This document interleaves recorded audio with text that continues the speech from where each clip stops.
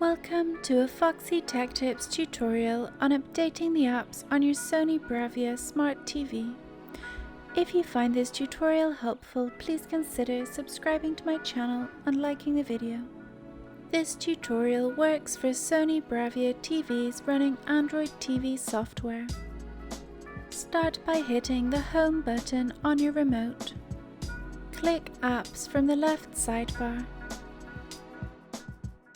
In the Apps page, open the Google Play Store.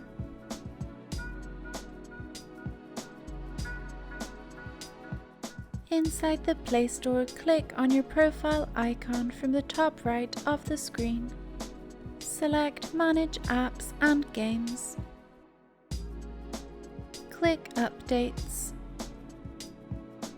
You can select any apps here that need updating and manually update them, or click Update All to update all apps that need it.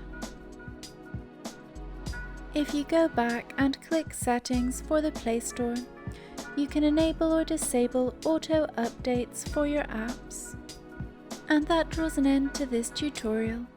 Please like the video if you found it helpful, and subscribe to Foxy Tech Tips for more Sony Bravia tips and tricks.